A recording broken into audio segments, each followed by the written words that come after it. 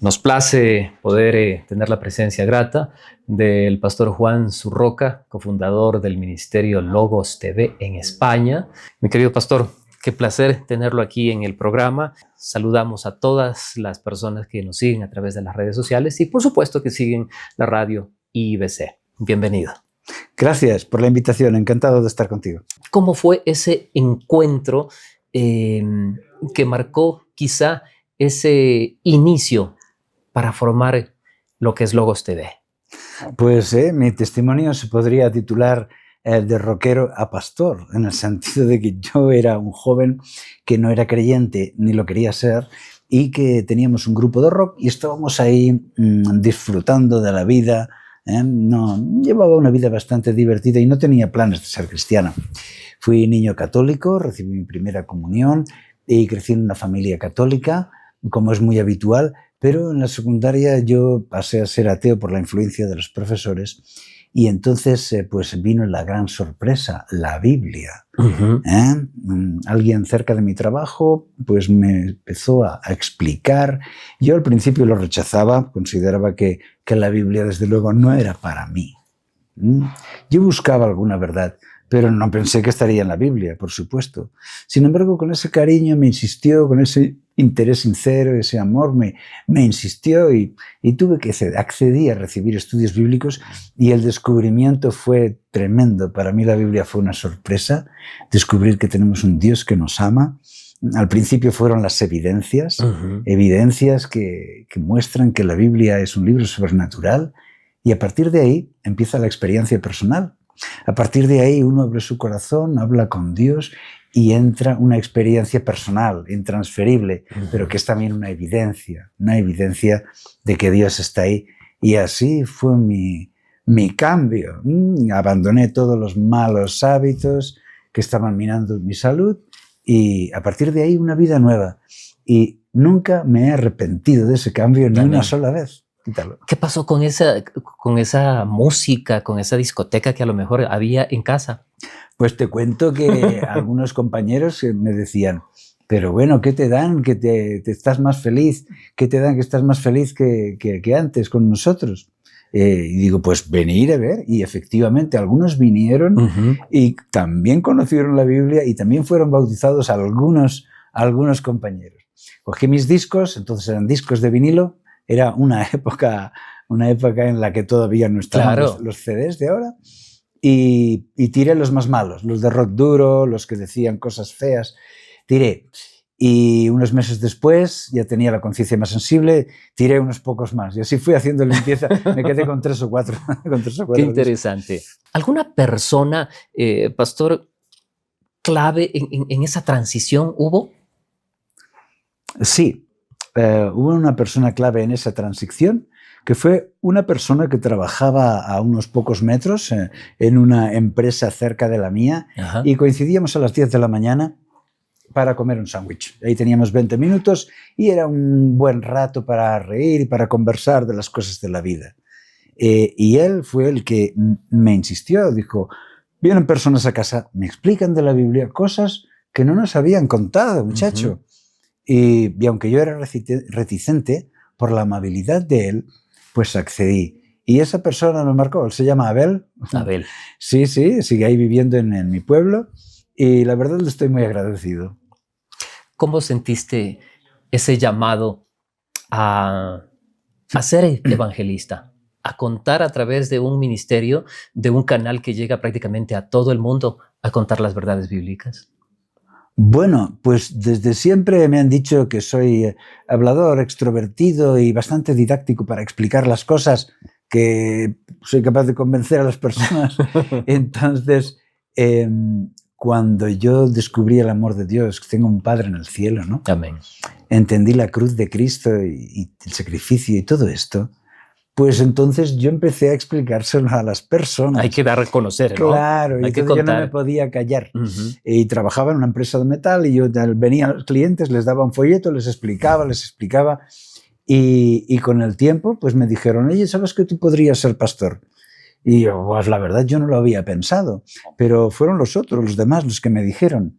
Y con el tiempo, la verdad es que pensé, si yo pudiera dedicarme a esto y pudiera pues pasar tiempo predicando a las personas y formándolas, sería estupendo. Y así tomé la decisión de estudiar para ser pastor. Qué interesante. Muchas experiencias, testimonios a lo largo de estos años de evangelista a pastor. Coméntenos una marcante en donde usted ha visto claramente cómo el Espíritu Santo ha actuado. Sí, pues hemos tenido muchas, porque se han bautizado ya, que conozcamos, 176 personas que descubrieron el mensaje por nuestros vídeos o por nuestro canal de televisión, ¿verdad? Y hay experiencias de todo tipo. Hay experiencias de mormones, de católicos, de protestantes, de ateos, de comunistas, de socialistas, de todo, exacto, que ahora son miembros de la Iglesia Adventista porque aceptaron este mensaje de salvación. Pero quiero contar una especialmente bonita. Yo la llamo una historia de amor entre Oriente y Occidente. Porque ella es china y él es español. Se llaman Mario y Sara. Y resulta que él tocaba en un grupo musical que iban profesionalmente y fueron contratados por una empresa para tocar en China durante 6 meses, también en el evento de Miss Universo, para elegir a la chica supuestamente más bonita del universo, ¿no? Y eso se celebraba en un resort en una ciudad de China, así que él se fue para allá con su grupo y Mario estaba tocando el bajo en ese resort, ¿verdad? Y en ese evento. Y a ese evento fue ella, Jing Li. En España se hace llamar Sara. Y entonces ella pues conoció a Mario y se enamoraron. Surgió el amor, ¿verdad? Él era de Sevilla, él era muy católico y orgulloso de la Virgen de la Macarena y todas las estatuas que hay allá. Y ella tenía un tío que era medium. Como sabéis, en Oriente pues, se hace mucho el culto a los antepasados. Y ella había presenciado desde niña a su tío como medium. Venían personas, venían vecinos para hablar con sus antepasados. Entonces él invocaba a los antepasados y se transformaba, le cambiaba la voz. Y entonces, por medio de él, el antepasado hablaba. Y podían conversar, ¿no? Y ella lo vio desde niña, lo conocía bien, lo consideraba normal. Vino una campaña de evangelismo de protestantes a China y ella asistió y quedó convertida. Ella se convirtió a protestante, cristiana, ¿verdad? Pero al convertirse a cristiana no cambió ese concepto del estado de los muertos. Siguió pensando que los muertos pueden hablarnos, etc. De manera que eso no cambió. Vinieron a vivir a Madrid. Ella empezó a trabajar como azafata y allá vivían en la ciudad de Barajas. Y al estar allí, un día ponen la televisión y aparece nuestro canal cristiano, ¿verdad? Y entonces empezaron a verlo juntos con mucho interés. Y ellos habían tenido desacuerdos porque él la llevó a Sevilla, la llevó a la catedral y ella decía, pero esta iglesia no es cristiana. ¿Cómo no va a ser cristiana si es la catedral?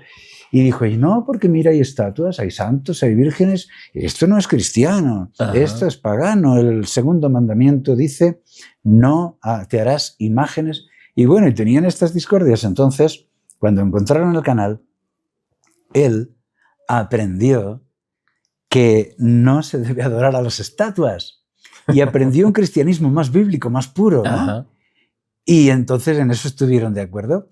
Y ella aprendió en nuestro canal que los muertos nada saben. Pidieron estudios bíblicos y yo personalmente fui, los estuve atendiendo, estudiamos la Biblia juntos y ahora los dos estaban de acuerdo. Ahora los dos creían lo mismo. Y fue una experiencia preciosa porque siguen asistiendo a la iglesia y han sido bautizados y estoy muy feliz con esta experiencia. Por eso yo la llamo una historia de amor entre Oriente y Occidente. Qué maravilla, ¿no? Sin duda que este tipo de testimonios, de experiencias, te dan alegría y te motivan a continuar con la obra, ¿verdad? Así es.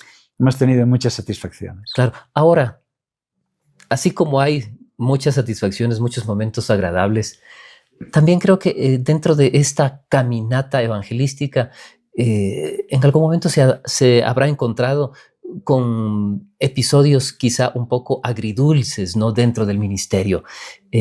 ¿Nos podría comentar algo? Sí, bueno, para mí la situación más difícil se dio porque un ministerio laico como el nuestro, pues se mantiene mediante donaciones, Claro. ¿verdad?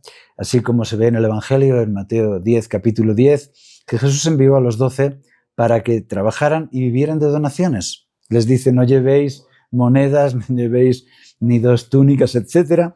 Y dice, porque el obrero es digno de su alimento, es digno de su salario. De manera que los ministerios laicos funcionan así, en base a donaciones de la gente que reconoce su trabajo.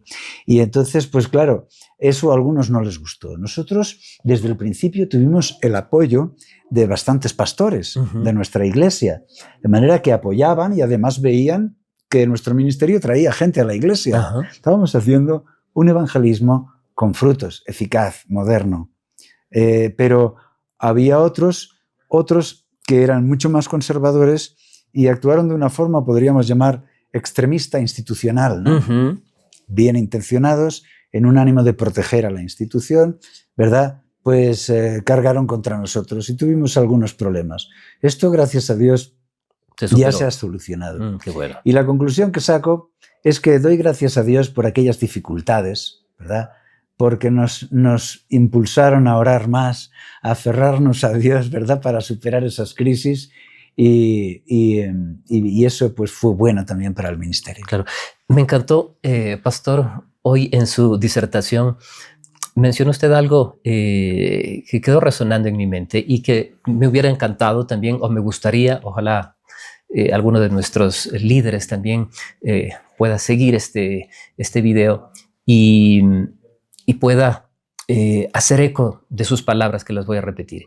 Sería lindo ver que la organización como tal camine de la mano con estos ministerios que tienen como único objetivo hablar de Jesús. Así es. Lo que pasa es que como a veces no hay conocimiento de estos temas, pero en realidad Jesús fue un predicador laico. Dios lo organizó así. Y él creó un ministerio laico, ¿verdad?, con una potencia del Espíritu Santo que pudieran predicar el Evangelio al Imperio Romano en una generación, ¿verdad? Y esto muestra que a Dios le gustan los ministerios laicos. Así también Pablo tenía su equipo de ministerio laico. Incluso la Iglesia Adventista en sus primeros 20 años fue formada desde 1843 hasta 1863. Fueron 20 años en donde los evangelistas no recibían un salario, vivían de donaciones o trabajaban para financiar sus campañas. La Iglesia Adventista fue creada, formada por ministerios laicos. Algunos se hacían llamar pastores, pero eran en realidad grupos de laicos que funcionaban como tal. Yo estoy convencido de que a Dios le gustan los ministerios laicos. Es por eso que estoy orgulloso de nuestra Iglesia Adventista, porque tiene en su reglamento bien estipulado que un ministerio laico que es de apoyo a la Iglesia tiene la dignidad, está acreditado y puede trabajar de la mano con el ministerio pastoral. Es mi sueño, mi ilusión, que siempre pueda haber concordia y que los ministerios laicos pues trabajen de la mano con los pastores para sumar, no para restar, sino para sumar, y que en paz podamos hacer una obra de evangelismo eficaz.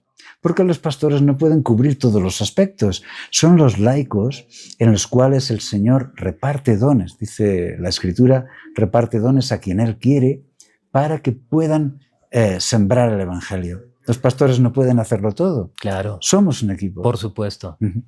Estamos conversando con el pastor Juan Zurroca, cofundador del ministerio del canal Logos TV en España. De paso, ustedes pueden ir a YouTube y pueden mirar y seguir el ministerio Logos TV. Así lo encontramos en YouTube, ¿verdad? Sí, en YouTube Logos TV, y la página web es logostv.es de España.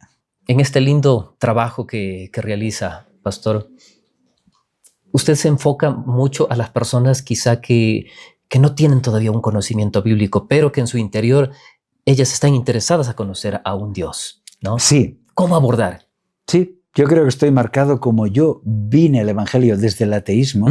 Entonces yo a la hora de evangelizar siempre pienso en estas personas. Correcto. Y pienso que hay que empezar explicando de cero.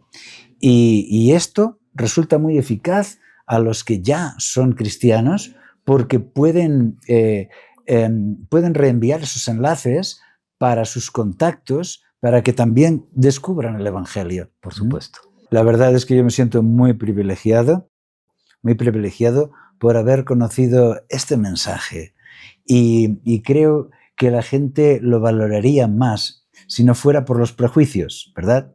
Especialmente donde yo vivo, en España, hay mucho prejuicio. La gente generalmente no es creyente, ¿verdad?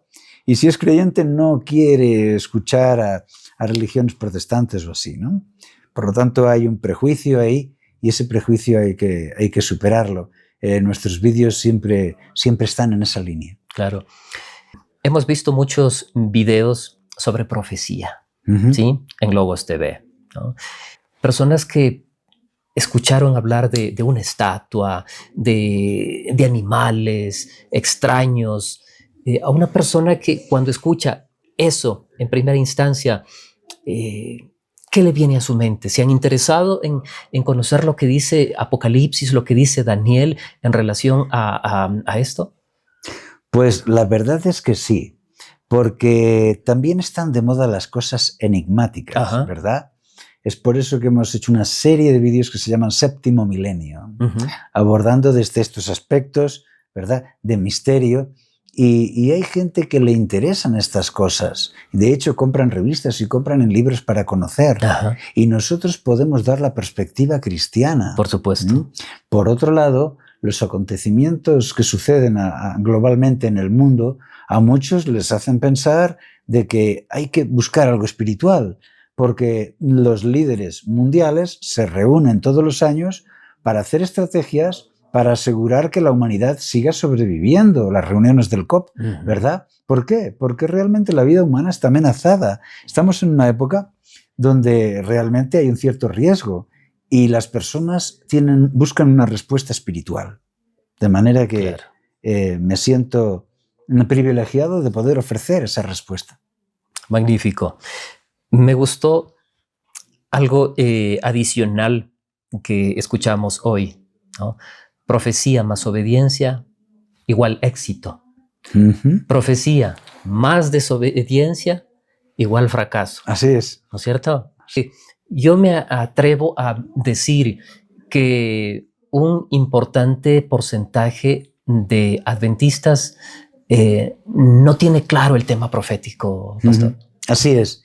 De hecho, si vemos la Biblia en realidad, la Biblia es una suma del espíritu de profecía de cada época. El profeta Noé, el profeta Moisés, el profeta Elías, el profeta Juan el Bautista. Y en cada una de esas épocas, pues tenemos que los que obedecieron al don de profecía, a las palabras del profeta que hablaba en nombre de Dios, pues los que obedecieron tuvieron éxito, a veces por medio de grandes milagros, grandes experiencias, ¿verdad? Sin embargo, algunos prefirieron hacer lo que estaba de moda y desoír, no escuchar las palabras del profeta. Por eso, espíritu de profecía más desobediencia igual a fracaso. En el caso de Noé, los que rechazaron, ¿verdad?, el llamado a entrar en el arca, pues desoyeron al profeta y también recibieron las consecuencias. Por supuesto. Claro. Hoy en día no es diferente. Esa fórmula es verdadera, es matemática. Espíritu de profecía más obediencia igual éxito. Amén. Y eso es lo que deseamos a todos los que nos escuchan. Pastor, entrando ahí en la parte final, ¿cómo combinar el tema evangelístico ahora mismo? Más de una semana fuera del país, alejado de la familia, de la esposa. ¿Cómo se maneja eso? Bien, yo prefiero estar en casa con mi familia, naturalmente. Lógico. Pero la verdad es que ha sido muy gratificante. Para mí el momento maravilloso cuando al final de un tema haces un llamado y hay personas que se acercan porque se han sentido motivadas a cambiar su vida, a dar un paso más hacia Dios, dar un giro en su vida. Eso es fantástico. Es un momento para mí maravilloso que siempre guardo en mi memoria. Así que vale la pena el esfuerzo. Déjenos un mensaje a los oyentes de IBC Radio, a los amigos que estén siguiendo esta entrevista. ¿Qué decirles en relación a los últimos acontecimientos que vive Ecuador, que vive Sudamérica, en el mundo entero? Así es, el mundo se precipita hacia una crisis que está anunciada por la Biblia. El propio Jesús nos enseñó pues, que viene una gran tribulación, que vendrá una crisis alrededor del mundo, ¿verdad? Y que después de eso vendrá el regreso de Cristo, vendrá la gran liberación y el reino de Dios, es decir, un reino de vida eterna, maravilloso. Ahí él dice que es como los dolores de parto, ¿no? Primero es un apuro, un dolor, pero luego los padres están felices ahí porque tienen a su hijo, a su bebé. Así también va a ser. ¿Qué hacer? Pues en los breves minutos que tenemos, mi consejo principal es que profundices en tu vida cristiana y seas un cristiano de verdad. Un cristiano que es una luz allá donde está. Un cristiano que vive una vida feliz que los demás pueden envidiar. El cristianismo, si se vive con sinceridad, de la mano de Jesús, te transforma y te transmite buenos sentimientos, de forma que un verdadero cristiano es el mejor vecino del barrio, el más generoso, el más amable, el más simpático. Es el mejor papá, el más responsable, el más amoroso, el mejor marido, la mejor esposa, el mejor hijo, ¿verdad? El mejor compañero de trabajo. Ese es el desafío. Si ese milagro no se produce, entonces no estás viviendo un cristianismo verdadero, sino solo una suma de represiones por la cultura religiosa, y no debe ser así. Si el cristianismo no nos hace más felices, no sirve. Si no nos hace vivir mejor, no nos sirve, porque el verdadero cristianismo te hace vivir más feliz. Así lo he podido comprobar y es así como lo enseño a los demás. Amén. Mis queridos amigos, ha sido realmente un privilegio. Muchísimas gracias, pastor. Siempre bienvenido a nuestro país. Muchas gracias. Un abrazo, pastor. Gracias. Nos despedimos, amigos.